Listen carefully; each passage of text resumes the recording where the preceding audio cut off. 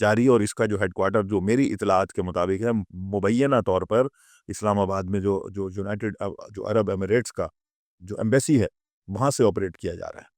اور اچھا، اس پہ میں نے یہ دیکھا فارن آفس نے پچھلے ہفتے جو پریس کانفرنس ہوئی ان سے یہ سوال کیا گیا، فارن آفس کے جو اسپوکس پرسن ہیں انہوں نے کہا کہ ہمارے کبھی بھی اسرائیل سے ہم تعلقات نہیں قائم کر سکتے، اور تو آؤٹ رائٹلی ریجیکٹ کر دیا دو طریقے سے. لیکن عجیب بات یہ ہے کہ انہوں نے یہ کہا کہ ہم انویسٹیگیٹ کریں گے. اگر اس میں نے معلوم کیا 11 پاکستانی نیشنلز گئے تھے، جس میں جرنلسٹ بھی تھے، ڈاکیومنٹ فلم میکرز بھی تھے، اور کچھ شہری بھی اس کے اندر گئے تھے. شراکہ کے حوالے سے جیسے آپ نے کہا کہتے ہیں کہ it is dedicated to promote dialogue and coexistence in the Middle East. Coexistence in the Middle East سے کیا مطلب ہے یہاں پہ؟ یہ تو خود ان کی بنائی ہوئی ڈیفینیشن ہے. کون سی کو ایگزسٹنس چاہتے ہیں وہ مڈل ایسٹ میں کیا چاہتے ہیں؟ صحیح ہے، ٹھیک ہے، تو یہ پاکستان کون سے مڈل ایسٹ میں آتا ہے؟ صحیح. ٹھیک ہے نا. صحیح ہے. یہ باقی جو یورپین دوسرے جو ایشین ممالک ہیں، انڈونیشیا ہے، باقی لوگ ہیں، یہ تو نہیں آتے نا اس میں. وہ ایگزسٹنس تو ایک انہوں نے ایک فریب ہے وہاں. اچھا مڈل ایسٹ میں کیا ہو رہا ہے چلیں وہاں پر ہی دیکھ لیں. تو اسرائیل کی کھلی در اندازی چل رہی ہے. تو بھائی اسرائیل کے لیے ہی کیوں؟ صحیح. بالآخر اسرائیل کے لیے ہی کیوں؟ ٹھیک ہے. جبکہ اسرائیل کے لیے ایک بات واضح ہے کہ وہ ایک ناجائز طریقے سے بنا ہے، غاصبانہ قبضہ اس نے کر رکھا ہے، تسلط ہے. تو اس کی آپ کو ایگزسٹنس چاہتے ہیں وہاں پر؟ یہ کیسے ہو سکتا ہے؟ تو یہ ان کا بنیادی غلط ہے. یہ پاکستان اچھا، لیکن اس میں ثابت صاحب بہت انٹرسٹنگ یہ تھا کہ جو ڈیلیگیشن گیا ان کو وہاں بھی لے جایا گیا کہ جہاں یہ اسرائیل یہ دعویٰ کرتا ہے کہ 7 اکتوبر کا ثانیہ جو تھا حماس کی طرف سے ہوا، جو قتل و غارت کی گئی. یہ پہلے یہ لے جاتے تھے صحافیوں کو، گھماتے پھراتے تھے، چیزیں صحیح. دکھاتے تھے اپنی کلچی، یہ وہ سارا کر کے پھر وہ واپس آ جاتے تھے صحافی. اب جو یہ لے کے گئے ہیں، اب جو پچھلے 2 مہینے سے 3 مہینے سے جو ڈیلیگیشن جا رہے ہیں، اب خاص طور پر یہ 7 اکتوبر کو ٹارگٹ کر کے، کیونکہ یہ 7 اکتوبر کا جو انہوں نے پروپیگنڈا کیا تھا حماس کے خلاف، فلسطینیوں کے خلاف، امریکہ فیل ہو گیا، اسرائیل فیل ہو گیا، یورپی میڈیا، مغربی میڈیا ان کو وہ مجرم ثابت کرنے میں ناکام ہو گیا. اب جب ناکام ہو گئے تو اب ان جیسے بدبختوں کو لے جا رہے ہیں وہاں پر، ان کے پوڈ کاسٹ انٹرویو کر کے وہاں ان سے یہ کہلوایا جا رہا ہے کہ حماس نے جو کام کیا وہ غلط ہے. ان کے کہنے سے غلط ہو جائے گا. پوری دنیا کا میڈیا کہہ چکا کہ یہ دہشت گرد ہیں، لیکن آپ ثابت نہیں کر سکے. اگر وہ دہشت گرد تھے تو آپ ان سے مذاکرات کیوں کر رہے تھے؟ اگر وہ دہشت گرد ہیں تو آپ 77 ایئر سے آپ ان کو قتل کر رہے ہیں. سب سے بڑے دہشت گرد تو آپ ہیں. صحیح. ٹھیک ہے نا. انہوں نے تو ایک مرتبہ کیا نا آپ کے ساتھ، آپ تو 77 سال سے ان کو قتل کر رہے ہیں. انہوں نے تو ایک مرتبہ آپ کو وہ جواب دیا. تو یہ جب ناکام ہو گئے ہیں حماس کو بلیم لگانے میں، اب اس طرح کے لوگوں کو لے جا کر اس طرح کے بیانات یہ دلوا رہے ہیں 7 اکتوبر سے متعلق.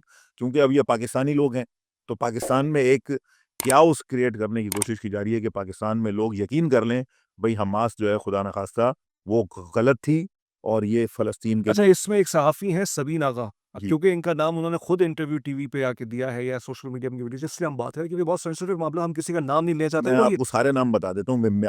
کیونکہ آپ نہیں لے سکتے، آپ کی مجبوری ہے. میں تو لے سکتا ہوں، میرے پاس تو ہیں. آپ اپنی بات کمپلیٹ کریں. میں تو وہ یہ فرما رہی ہے کہ حکومت پاکستان چاہتی ہے کہ اسرائیل سے تعلقات قائم ہو. میں نے دیکھا ہے، میں نے لوگوں کے اندر بات کی ہے. سبین آغا صاحبہ یہ فرما رہی ہیں. سبین آغا صاحبہ سے میں یہ کہتا ہوں کہ آپ کون ہیں؟ Who are you? آپ کی گھر میں کوئی نہیں سنتا؟ کیا آپ کے گھر والے آپ سے خوش ہیں؟ میں نہیں کہنا چاہتا ان کے بارے میں مزید باتیں، صرف اتنا کافی ہے وہ اس بات کو سمجھ جائیں گی. اگر وہ یہ سنیں گی تو میرا ان سے سوال ہے، کیا آپ کے گھر والے آپ کی بات سنتے ہیں؟ کیا آپ حکومت پاکستان کی پرسنل نہیں ہو رہے. نہیں، پرسنل نہیں ہو رہے. میں تو ان کی اہمیت بتا رہا ہوں کہ جو پاکستان کی ترجمانی کر رہی ہیں محترمہ، کہہ رہی ہیں کہ پاکستان اسرائیل سے تعلقات بنا جائے. بھائی آپ اپنے گھر کے تعلقات ٹھیک کریں. پاکستانیوں کو پتا ہے کیسے ٹھیک کرنا ہے. 22 کروڑ عوام کی آپ ترجمان نہیں ہے. 22 کروڑ عوام کا ترجمان وہ ہے جو قائد اعظم محمد علی جناح کی بات کرے گا، جو علامہ اقبال کی. اگر آپ قائد اعظم کی بات کریں گے، آپ 22 کروڑ لوگوں کی ترجمانی کر رہے ہیں. اگر میں قائد اعظم کے نظریے کی بات کر رہا ہوں تو میں اس کا ترجمان ہوں. اگر کوئی تھرڈ پارٹی کر رہا ہے تو ہے کوئی سبین آغا، کوئی فلانا جا کر یہ کہے وہاں پر کہ حکومت پاکستان بنانا چاہتی ہے، تو یہ تو خود حکومت پاکستان پہ سوالیہ نشان ہے کہ بھائی آپ نے کیا اپنا ترجمان بنا کے اسرائیل بھیجا تھا. اب یہاں پر یہ مطالبہ بنتا ہے کہ حکومت پاکستان، اگر آپ نے ان کو بھیجا تھا اپنا ترجمان بنا کر، تو پھر آپ اس کی وضاحت پیش کریں. ادروائز ان کے خلاف کارروائی کریں کہ یہ حکومت کی اور پاکستانی عوام کی ترجمانی کرنے والی کون ہوتی ہیں. یہ اپنے گھر کی ترجمانی کریں، یہ اپنی ترجمانی کریں، ہماری نہ کریں. ہم ان کو یہ کہہ رہے ہیں، اس میں کوئی پرسنل نہیں ہے. ان کی عزت محترم ہے، وہ ایک خاتون ہے، ہمارے لیے باعث عزت ہیں.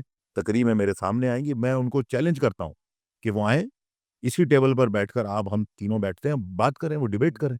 ہم ثابت کرتے ہیں کہ کیوں ہم اسرائیل کے خلاف ہیں، وہ ثابت کریں صحیح. کہ حماس نے یہ غلط کیا ہے، وہ یہ ثابت کریں کہ حکومت اسرائیل کے ساتھ تعلق بنانا چاہتی ہے، تو یہ ڈیبیٹ سے ہوگا. لیکن خدا را اپنے یعنی آپ اپنے ذاتی معاملات کو دیکھیے پلیز، قوم کی ترجمانی آپ مت کیجیے، آپ کو یہ رائٹ قوم نے نہیں دیا. اچھا، قوم نے رائٹ نہیں دیا. ایک اور صحافی ہیں جرنلسٹ ایس، میں کہہ رہا ہوں ان کو، وہ یہ جی. کہہ رہے ہیں کہ یہ وہ صحافی ہیں، مجھے نہیں پتہ یہ کون سے صحافی ہیں، کہ جنہوں نے جو ایک امریکی صحافی تھا، وہ بھی ایک جوش تھے، ڈینیل پرل کے مرڈر پہ انہوں نے پاکستان کے انویسٹیگیٹ کیا. وہ یہ کہہ رہے ہیں کہ پاکستان میں ایکسٹریمزم کے خاتمے کے لیے ضروری یہ ہے کہ اسرائیل سے تعلقات ہونے چاہیے، اس طرح کا تاثر ہونا چاہیے. جرنلسٹ بی صاحب یہ فرما رہے ہیں کہ وہی والی بات جو سبین آغا صاحبہ نے فرمائی، کہ گورنمنٹ جو ہے وہ چاہتی ہے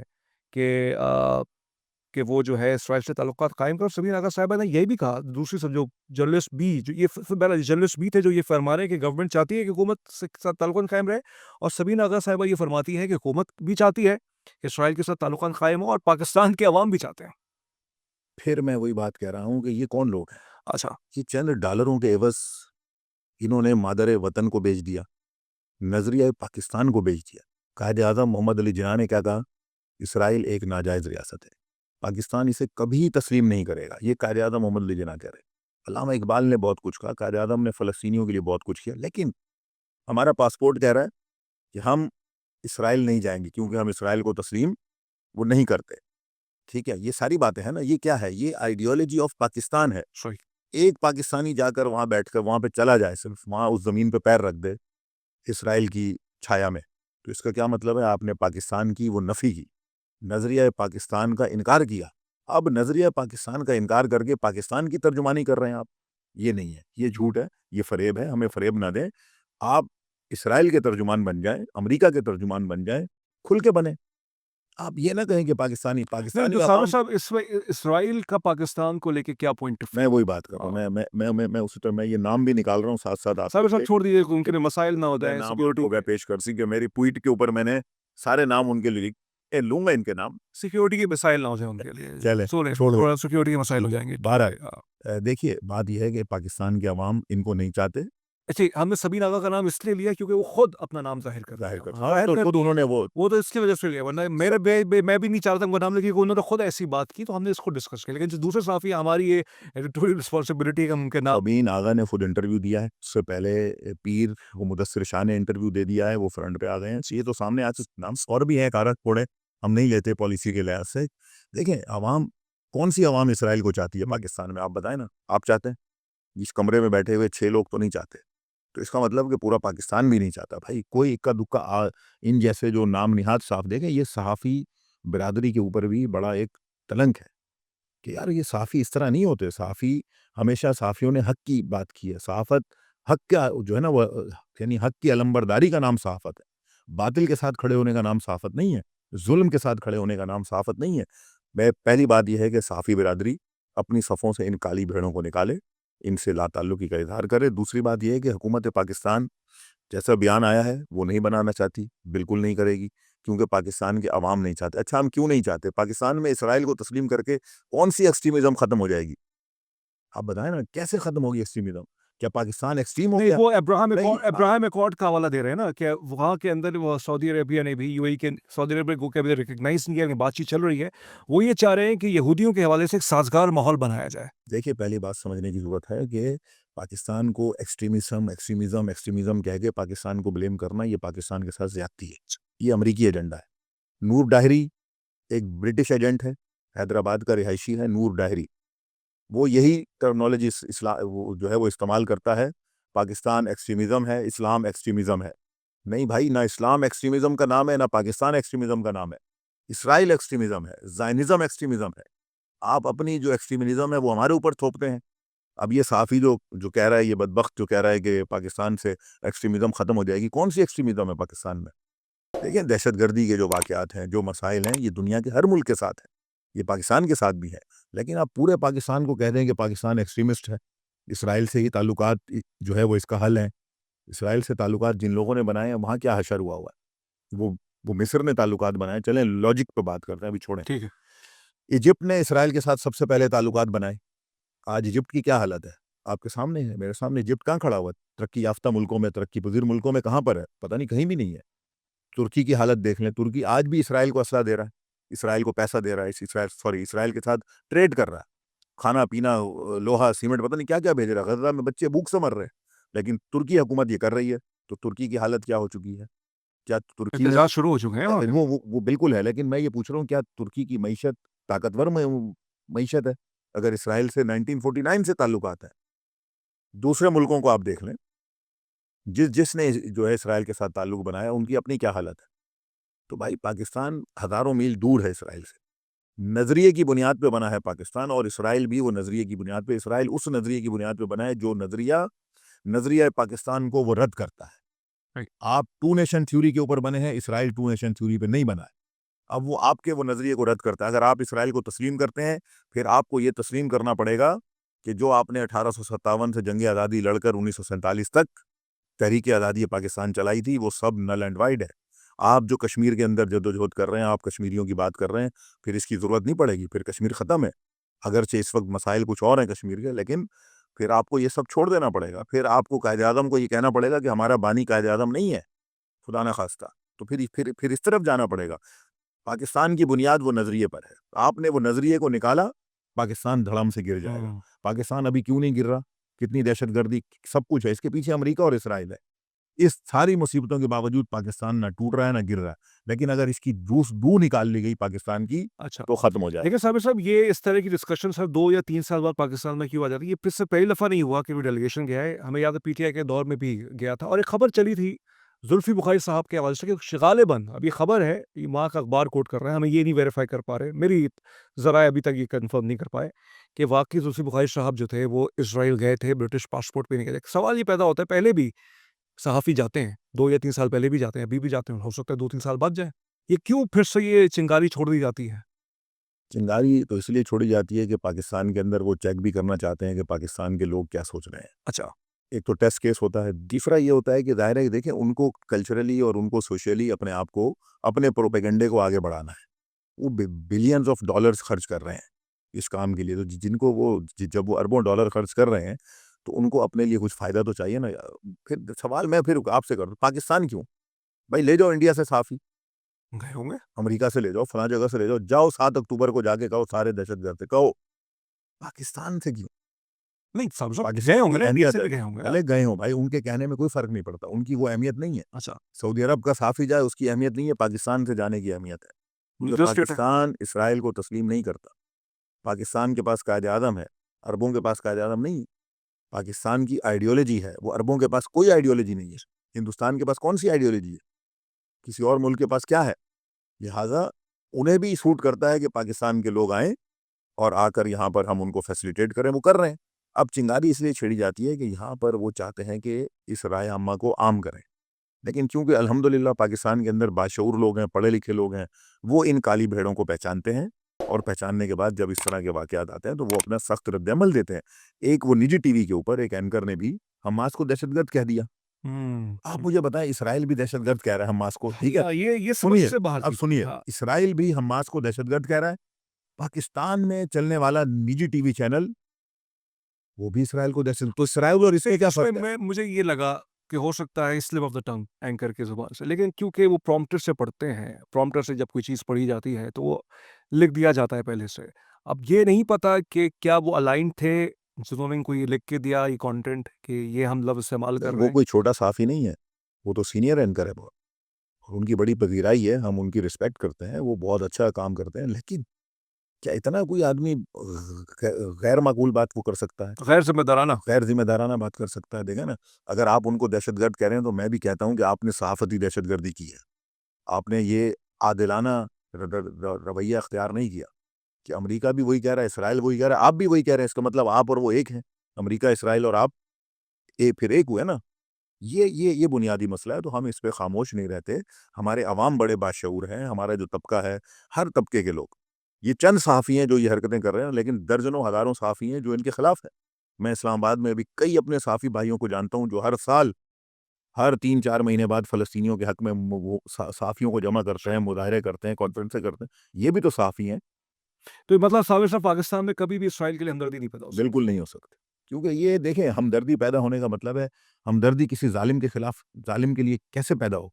ایک ظالم ہمارے لوگوں کو قتل کر رہا ہے.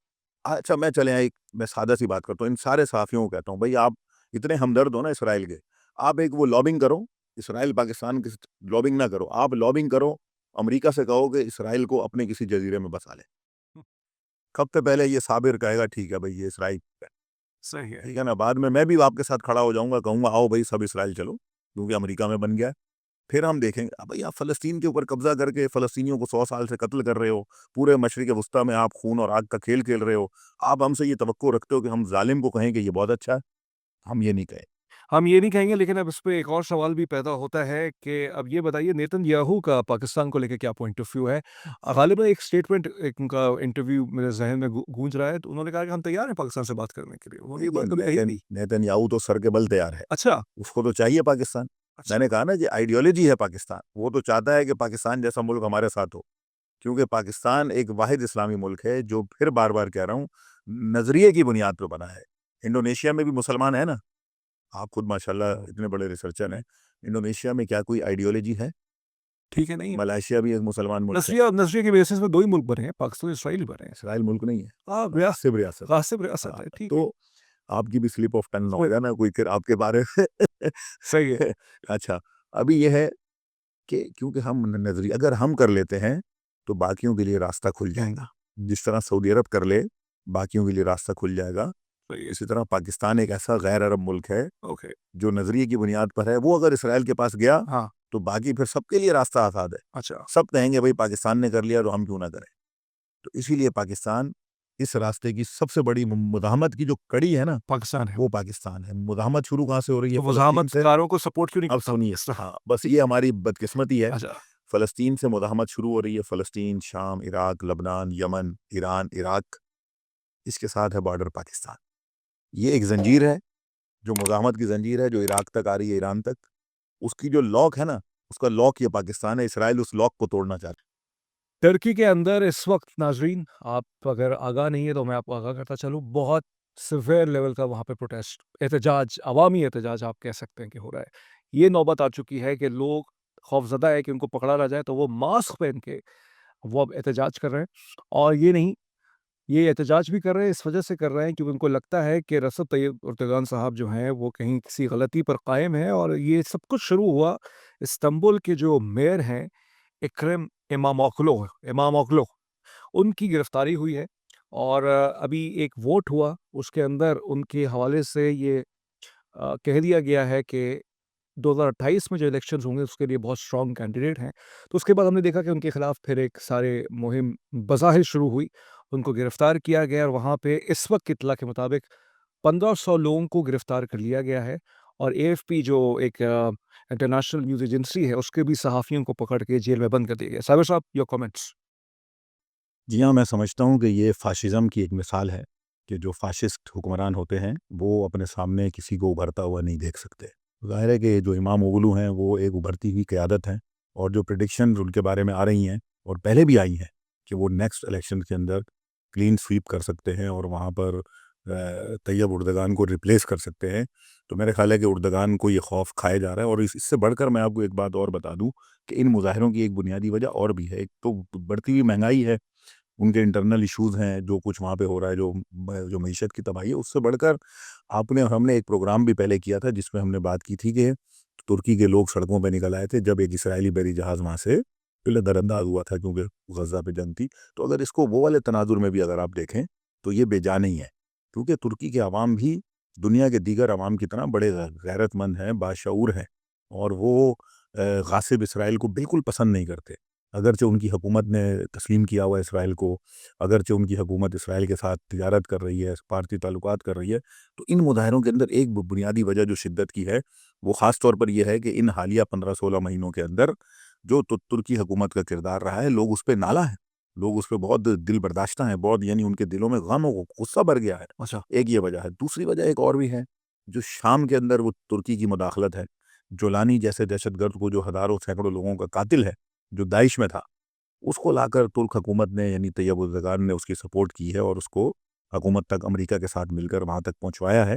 اس پہ بھی بڑی ناراضگی ہے. تو یہ بہت ایک لاوا بن گیا ہے, جس کو کہتے ہیں نا, کوئی ایک بات کے اوپر عوام ناراض نہیں ہے, وہاں درجنوں باتیں ہیں.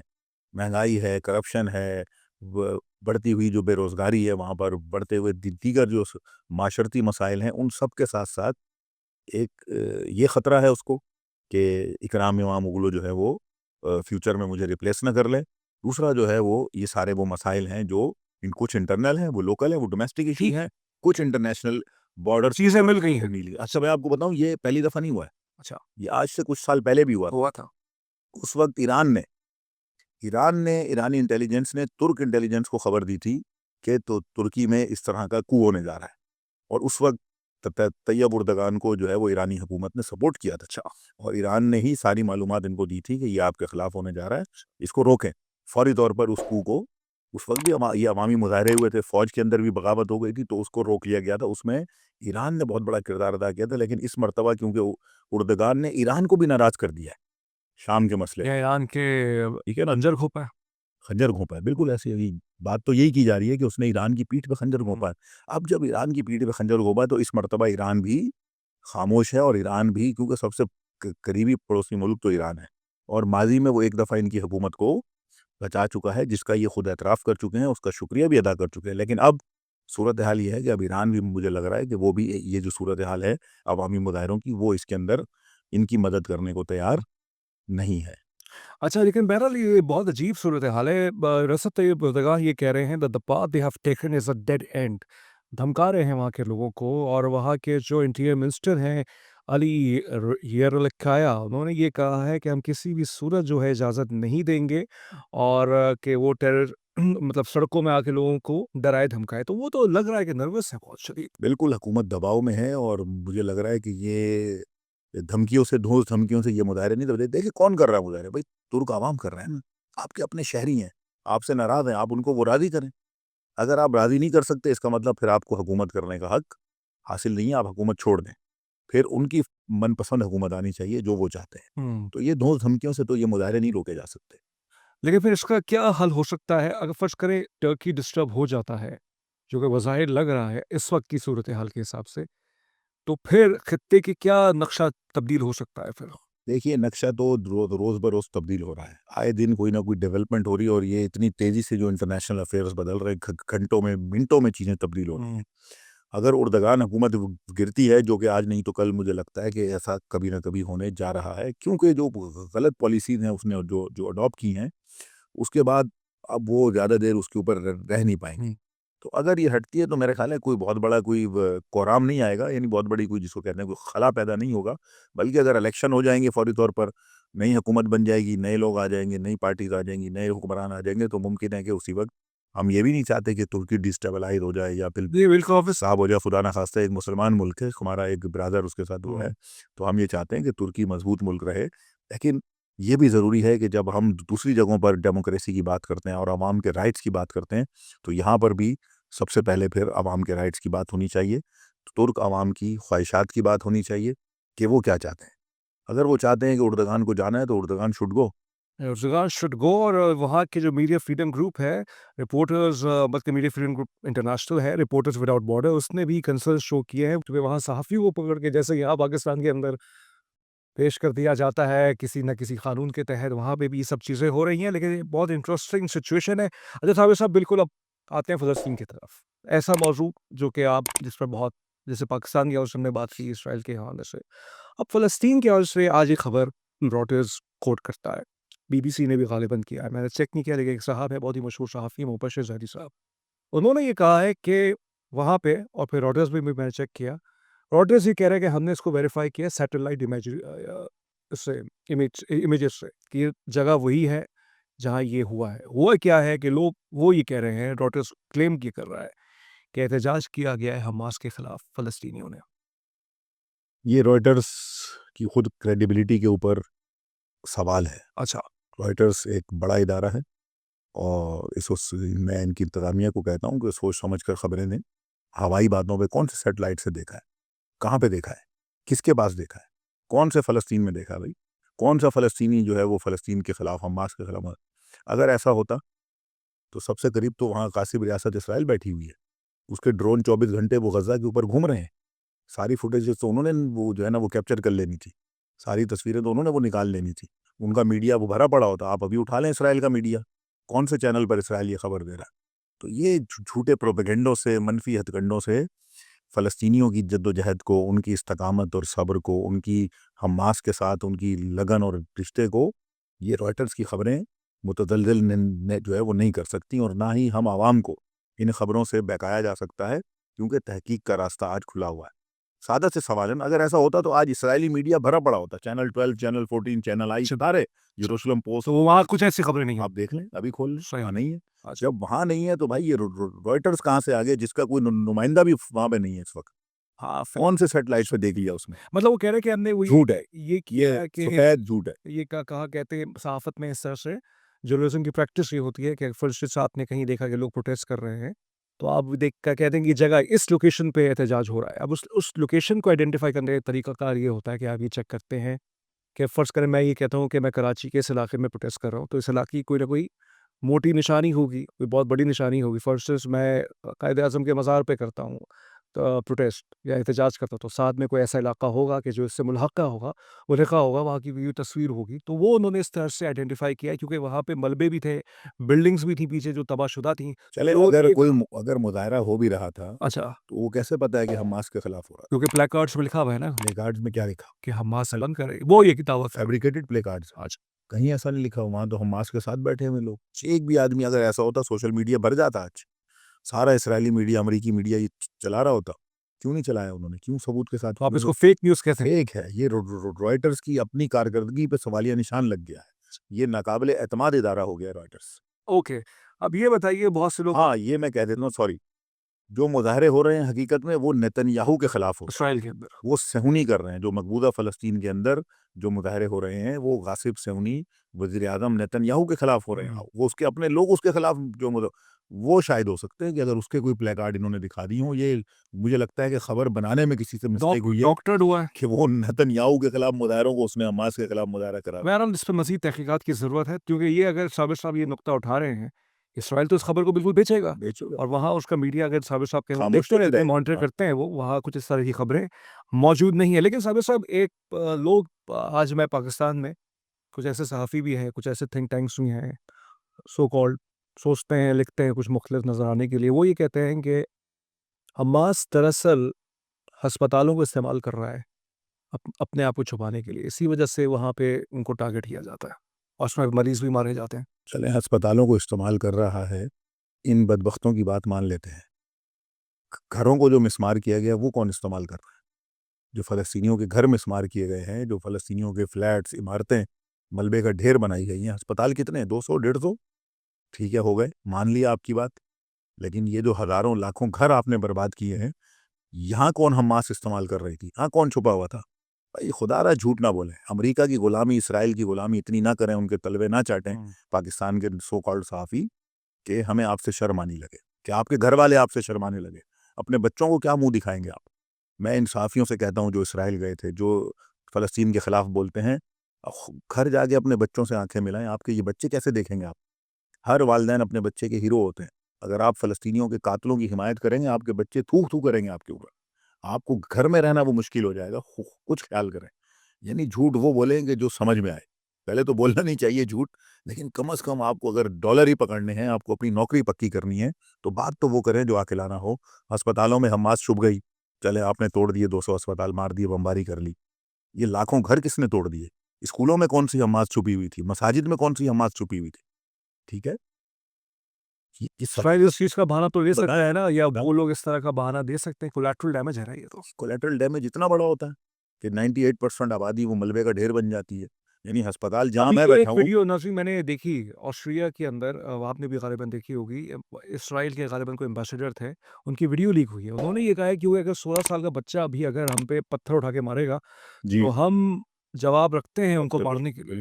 یہ اسرائیل کا یہ ویژن ہے، یہ یہ پالیسی ویژن ہے دیکھیں، ہم ظالمانہ۔ وہ بچہ پتھر کیوں مار رہا ہے؟ کیونکہ آپ نے اس کے گھر پہ قبضہ کیا ہوا ہے، آپ نے اس کے وطن پہ قبضہ کیا۔ وہ پتھر رائٹ ہے، لیکن آپ جو کر رہے ہیں وہ رونگ ہے۔ جو پہلے کر رہے تھے پتھر مارنے سے وہ بھی رونگ ہے، جو پتھر مارنے کے بعد آپ کریں گے وہ بھی رونگ ہے، کیونکہ یہ جو پتھر ہے یہ آپ کے ظلم کا جواب ہے۔ یہ کسی ظلم کی انیشیٹو نہیں ہے، یہ ظلم کا انیشیٹو نہیں ہے، یہ ظلم کے خلاف دفاع ہے۔ تو اس کو اگر آپ کہتے ہیں کہ پتھر مارے گا ہم ماریں گے، تو پھر تو یہ آپ اس کا مطلب ظالم ہے، سفاک ہیں آپ تو۔ بہرحال بہت ہی عجیب صورتحال ہے، لیکن ثابت صاحب جیسے اب انٹرنیشنل کورس ڈے آ گیا ہے، کیا ہوگا اس سال؟ بہرحال یہ انٹرنیشنل قدس ڈے ایک اپنی اہمیت رکھتا ہے. یہ دن ایک مظلوموں کی حمایت کا دن ہے, مظلوموں کے لیے آواز اٹھانے کا دن ہے. بالآخر ایک ایسا دن ہے مسلمانوں کے درمیان کہ جس دن سارے مسلمان متحد ہو کر ایک پلیٹ فارم پہ آ جاتے ہیں, ایک مقصد کی بات کرتے ہیں, ایک ہدف کی بات کرتے ہیں, وہ ہے قبلہ اول کی بازیابی, فلسطین سے یکجہتی. تو میرے خیال ہے یہ اتحاد کا دن ہے, وحدت کا دن ہے, یکجہتی کا دن ہے. اس کی جتنی پروموشن کی جائے وہ کم ہے. اور اس پر ہمیں جو ایران کے سپریم لیڈر ہیں حضرت امام خمینی, ان کو بھی سلام پیش کرنا چاہیے کہ یہ کارنامہ ان کے سر ہے کہ انہوں نے اس دن کو منانے کا اعلان کیا تھا. اور آج ہم دیکھیے اس سے پہلے مسلم دنیا کو پتہ نہیں تھا. دیکھیے مسلم دنیا کو پتا تھا, لیکن یہ دن انہوں نے قرار دے کر دنیا کو ایک جگہ پہ جمع کیا, یعنی اتحاد کا پیغام دیا کہ چلیں بھائی ایک دن تو کوئی پورے سال میں ہے نا کہ جس دن سب ایک بات کر رہے ہیں, یعنی سبھی ایک بات کر رہے ہیں نا. بیچ میں تو ہوتا ہے نا آپ کچھ کہہ رہے ہیں میں کچھ کہہ رہا ہوں, لیکن ایک دن ایسا آ گیا کہ سب کیا کر رہے ہیں, ایک ہی چیز پہ بات کر رہے ہیں. یہ بہت بڑی کامیابی ہے. اس کو کہتے ہیں یونٹی. یونٹی کی طرف امام خمینی نے یہ قدم بڑھایا جو کامیابی سے بڑھ گیا. اور پوری دنیا میں آج آپ دیکھیں کہ کیا فلسطین کے اندر اور کیا فلسطین کے باہر, یورپ میں, ویسٹ میں, ایسٹ میں, فار ایسٹ میں, ہر جگہ پر لوگ اس جمعے کو وہ نکل آتے ہیں اور آ کے فلسطینیوں سے یکجہتی کا اظہار کرتے ہیں اور القدس شریف کی آزادی کے لیے ہم آواز ہو کر احتجاج کرتے ہیں اور ظالم طاقتوں کو. اچھا لیکن صابر صاحب ایک سوال, بہت سے ناقدین جو خمینی صاحب کے بھی ہیں, خامنئی صاحب کے بھی ہیں, وہ یہ کہتے ہیں, وہ خمینی صاحب یہ فرماتے تھے کہ اسرائیل جو ہے وہ مکڑی کے جال کی طرح ہے اور وہ کسی بھی وقت جو ہے وہ ٹوٹ جائے گا. کب ٹوٹ رہا ہے وہ جال؟ دیکھیں اسرائیل روبے زوال ہے, اسرائیل مسلسل زوال کی طرف ہے. جو امام خمینی نے فرمایا کہ مکڑی کے جالے سے کمزور ہے, اس سے مراد یہی ہے کہ دیکھیں اگر مسلمان اپنی طاقت کو پہچان لے, اس سے مراد یہ نہیں ہے کہ ہم مسلمان یہ سوچ کے بیٹھے رہیں کہ امام خمینی نے کہا ہے مکڑی کے جالے سے کمزور ہے تو ہوا سے ٹوٹ جائے گا. نہیں, یہ خدا بھی نہیں کہتا. قرآن مجید میں خدا بھی یہی کہتا ہے کہ تم اپنے عقیدے پر اگر قائم ہو, مسلمان ہو, مومن ہو, تو اپنے آپ کو ثابت کرو. کیا خدا کو ضرورت ہے کہ ہم اس کو ثابت کریں میں مسلمان ہوں؟ مجھے بتائے نا. تو خدا بھی کہتا ہے کہ آپ عمل کرو, اپنے عمل سے بتاؤ. اب امام خمینی نے راستہ دکھا دیا کہ بھائی اسرائیل ہے, اس کا وجود مکڑی کے جالے سے کمزور ہے, لیکن اس وجود کو توڑنے کے لیے کیا کرنا پڑے گا, آپ کو امپلیمنٹ کوئی آپ کو عمل کرنا پڑے گا, اپنی ڈیوٹی یعنی اپنا رول پلے کرنا پڑے گا. اب یہ جو ناقدین ہیں یہ تو گھر میں بیٹھے رہے, اگر وہ نقد کرتے رہیں, اپنا رول پلے نہ کریں, تو پھر یہ مکڑی کا جال کیسے ٹوٹے گا. مکڑی کا جال توڑنے کے لیے ضروری ہے کہ ہم سب مل کر متحد ہو کر آگے بڑھیں. یہ یوم القدس اسی لیے ہے کہ ہاتھوں میں ہاتھ ڈالیں, یکجہتی, اتحاد اور محبت کے ساتھ آگے بڑھیں اور توڑ دیں اس مکڑی کے جال کو. مثلاً امام خمینی نے ایک جگہ پہ یہ بھی کہا کہ سارے مسلمان مل کر ایک بالٹی پانی اگر اسرائیل پہ ڈال دیں, اب یہ بالٹی کون دے گا؟ یہ بالٹی خود بخود تو نہیں آئے گی نا وہ ڈلنے, اس کے لیے بھائی بالٹی بھرنی پڑے گی, بالٹی اٹھانی پڑے گی, جا کر پھینکنا پڑے گی. 3 ایفرٹس مانگتا ہے. اگر آپ مسلمان ہیں, عیسائی ہیں, یہودی ہیں, کچھ بھی ہیں, ہر دین آپ سے ایفرٹ مانگتا ہے. بغیر ایفرٹس کے تو مطلب خمینی صاحب کے ویژن میں 2 اسٹیٹ سولوشنز نہیں تھا. بالکل نہیں ہے. فلسطین فلسطینیوں کا وطن ہے, اسرائیل ایک غاصب نہ, انہوں نے اس کو کینسر سے تشبیہ دیا. کینسر پتہ نا ہم کیا ہوتا ہے؟ کینسر ایک چھوٹا سا سرطان جسم حصے میں کہیں چھوٹا سا پیدا ہوتا ہے, بڑھتے بڑھتے بڑھتے بڑھتے پورے جسم میں بڑھ جاتا ہے. پھر ایک حالت آ جاتی ہے, یا تو وہ جسم کو مار دیتا ہے یا اس کو پھر پورا جڑ سے نکالنا پڑتا ہے. تو اسرائیل کو بھی اسی طرح ہے کہ اسرائیل مسلم امہ کے جسم کو کھا رہا ہے, خون چوس رہا ہے. تو ہم پوری مسلم امہ کے جسم کو نہیں, وہ مرنے نہیں دے سکتے. ہم اسرائیل کو ہی, اس کینسر کو ہی وہ جڑ سے اکھاڑ کے ہم نے اس جسم سے نکالنا. لیکن اس کے لیے اتحاد ضروری ہے نا. اتحاد ضروری ہے, بغیر اتحاد کے تو ناممکن ہے. اس میں تو کوئی شک ہی نہیں. اور یہ یوم القدس کا دن اسی طرف ایک ترغیب ہے کہ آؤ ایک ہو جاؤ. تو مسلمان جو تقسیم کا شکار ہیں, جو آپ کے معاشرے کے اندر ایگزسٹ کرتے ہیں, ایسے بہت سے مسلمان, تو کہیں نہ کہیں اسرائیل کے ایجنڈا کو آگے لے کے جا رہے ہیں. بالکل. یہ تو ابھی دیکھیں نا, میں پہلے بھی کہہ چکا ہوں کہ پہلے کرسچن زائنسٹ تھے, جیوس زائنزم ہوئی, ابھی تو وہ مسلمانوں میں بھی زائنسٹ ہیں, وہ بھی یہی بات کرتے ہیں. تو یہ تو سوچ ہے بالکل. تو مطلب یہ جو تقسیم ہے یہ باقاعدہ اسرائیل کی سازش ہے. سازش. وہ کیوں ہے؟ پھر اسی نقطے پہ آ جائیں جو شروع میں تھا, ذاتی مفادات. انسانی المیہ ہے پوری دنیا کا کہ اس وقت دنیا بھر کے انسان ذاتی مفادات کے پیچھے دوڑ رہے ہیں, اجتماعی مفاد کی فکر نہیں کر رہے. یہ ذاتی مفاد ہمیں لے ڈوبے گا. ذاتی مفادات ہے, مطلب پیسے کا خوف ہے, مال, طمع, لالچ, ٹھیک ہے, ایوری تھنگ, جاہو حشم, عہدے, ہر چیز اس میں آ جاتی ہے۔ اچھا، یہ جو القدس کانفرنس ہے یا جو آپ دیکھتے ہیں اس کے سیمینارز جو ہوتے ہیں یا پروسیشنز جو ہوتے ہیں، یورپ میں بھی ہوتے ہیں کیا؟ بالکل پوری دنیا میں ہوتے ہیں، اچھا، آج کل بھی ہو رہے ہیں وہاں پر۔ صحیح، ابھی امریکہ میں بھی یوم القدس کی ریلیاں ہوں گی، جلسے ہوں گے، اور یورپ کے اندر بھی آپ یہ دیکھیں گے سوشل میڈیا پہ ویڈیوز ہوں گی۔ ہماری جو فلسطین فاؤنڈیشن ہے اس کے جو پیج ہیں فیس بک کے، وہاں پہ ساری کوریج، ہم پوری دنیا کی کوریج وہاں پہ ڈالیں گے۔ آپ اس میں دیکھیں گے کہ کیا مسلمان اور کیا غیر مسلم سبھی یہ دن منا رہے ہوں گے۔ سبھی یہ دن منا رہے ہوں گے، دعا کرتے ہیں پاکستان کے اندر بھی یہ دن منایا جائے اور حکومتی سطح پہ بھی ہونا چاہیے نا؟ ہو رہا ہے، بالکل ابھی ہوا ہے، یعنی جمعے کو آپ نے دیکھا ہو اگر، پاکستان میں بھی بہت بڑے پیمانے پر ہوا ہے، کراچی، لاہور، اسلام آباد، پورے پاکستان کے شہروں میں۔ صحیح، صحیح۔ اچھا، لیکن یہ ایک چیز بہت ہی مجھے جو ہے القدس کے حوالے سے، جیسے آپ نے کہا کہ اچھی لگتی ہے کہ لوگ یہاں پہ متحد ہو جاتے ہیں۔ اب اس پہ کوئی اختلاف کرنے والی بات تو ہے ہی نہیں، مطلب میں صابر صاحب سے کیا اختلاف کروں، نہیں متحد نہیں ہوتے، نظر آتا ہے جماعت اسلامی کے بھی لوگ آتے ہیں، امامی اسٹوڈنٹ آرگنائزیشن کے بھی لوگ آتے ہیں، ایک اچھا پیغام جاتا ہے۔ ابھی ہم نے دیکھا جماعت اسلامی نے بھی جو اینٹی اسرائیل جنہوں نے پروٹیسٹ کیا، اس میں آپ بھی شریک ہوئے تھے، آپ بھی گئے تھے وہاں پہ۔ تو اس طرح کی چیزوں کی ضرورت ہے، لیکن جب ہم اپنی ڈرائنگ رومز میں بیٹھتے ہیں، سوشل میڈیا پہ بیٹھتے ہیں، ایک دوسرے کے خلاف دشمن ترازی کرتے ہیں، اس سے فائدہ کس کو ہو رہا ہے صابر صاحب؟ وہی جیسے آپ کہہ رہے ہیں اسرائیل کو اور امریکہ کو ہی ہو رہا دیکھیے، جب بھی ہمارے درمیان اتحاد اور محبت، وحدت نہیں ہوگی، اس کا فائدہ امریکہ اور اسرائیل کو ہوگا، اس میں کوئی شک نہیں ہے۔ امریکی حکومت ہو یا غاصب اسرائیل ہو، یہ قائم ہی اسی لیے ہیں کہ ہم تقسیم ہیں۔ انہوں نے ہمیں شروع سے، آپ دیکھیں نا، 15 سینچری سے آپ تاریخ اٹھائیں، نیپولین بوناپارٹ سے تاریخ اٹھائیں، کیا قتل عام تھا، کرتے کرتے کرتے قوموں کو تقسیم کرتے گئے، رول کرتے گئے، تقسیم کرتے گئے، رول کرتے گئے۔ یہی برصغیر میں کیا، تقسیم کیا، حکومت کی، تقسیم کیا، حکومت کی۔ اب جب حکومتیں الگ ہو گئیں، پاکستان آزاد ہو گیا، ہندوستان الگ ہو گیا، اب کیا فارمولہ ہے؟ اب بھی ان کو تقسیم رکھو۔ صحیح ہے، جڑیں تو وہی ہیں نا، جڑیں تو وہیں سے آ رہی ہیں، جی جی، 400 سال پرانی ہسٹری سے، تو آج بھی وہی کر رہے ہیں۔ یہ ہماری تقسیم ان کی طاقت کا مظہر ہے۔ اگر ہم متحد ہوں، وہ ہمارے سامنے ناکام ہو جائیں گے۔ متحد ہوں۔ اور ایز اے صحافی، میں ایک صحافی کو ٹریبیوٹ صابر صاحب پیش کرنا جی، چاہوں گا، حسام شبات نام ہے اس کا، فلسطینی صحافی تھا، 23 سال کی عمر تھی صابر صاحب، کین یو امیجن دس؟ ہم صحافی، جو ہم جیسے صحافی، مجھ جیسے صحافی، اپنی بات کرتا ہوں، ہم تو اسی کمرے میں بیٹھے ہوئے ہیں، آپ کو کچھ انفارم کرنے کی کوشش کرتے ہیں یا کوئی پروگرام کر لیتے ہیں۔ یہ وہ صحافی تھا، یہ بچہ 23 سال کی عمر کیا ہوتی ہے کہ وہ کھڑا رہا، کہنے لگا، میں آپ کو پڑھ کے سناتا ہوں کہ اس کے آخری میسج کیا تھا، اور وہ سنیے، اور ہمارے کانشینس کو جگانے کے لیے، ہمارے ضمیر کو جگانے کے لیے وہ کافی ہے یہ سب چیزیں، کہ آئی documented the horrors in northern Gaza minute by minute, determined to show the world the truth they tried to bury. I slept on pavements, in schools, in tents, anywhere I could. Each day was a battle for survival. I endured hunger for months, yet I never left my people's side. اور وہ یہ بھی لکھتا ہے کہ if you are reading this, it means I have been killed, most likely targeted by the Israeli occupation forces.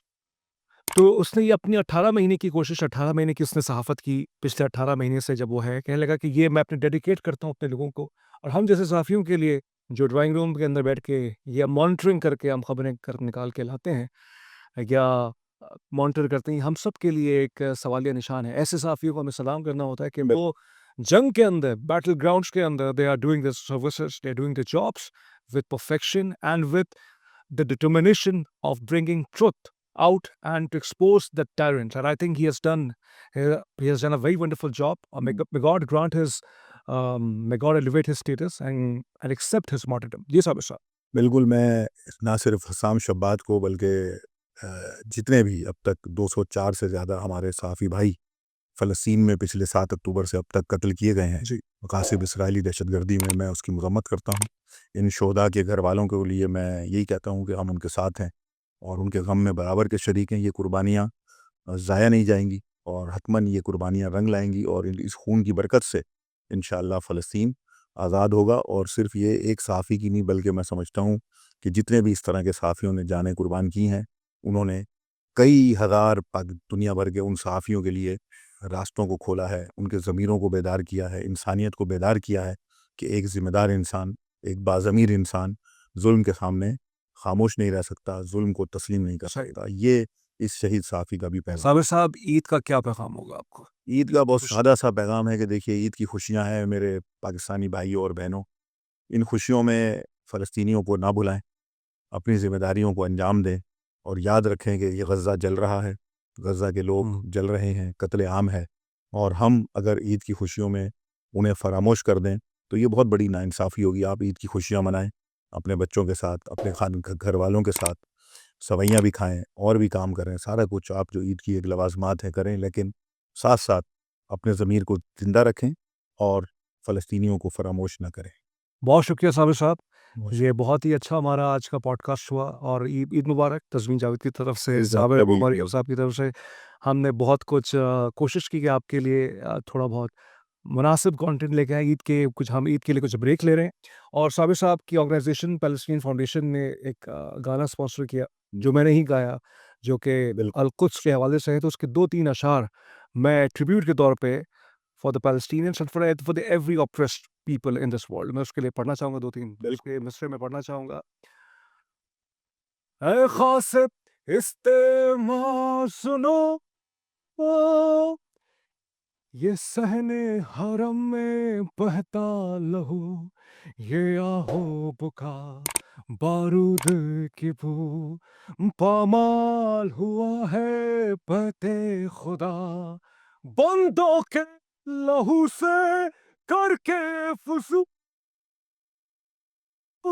اب وقت قریب آ پہنچا ہے, اور باب ستم کی خیر نہیں, اقصی کا مقدر بدلے گا, پھر آنے جہاں کی خیر نہیں, انشاءاللہ انشاءاللہ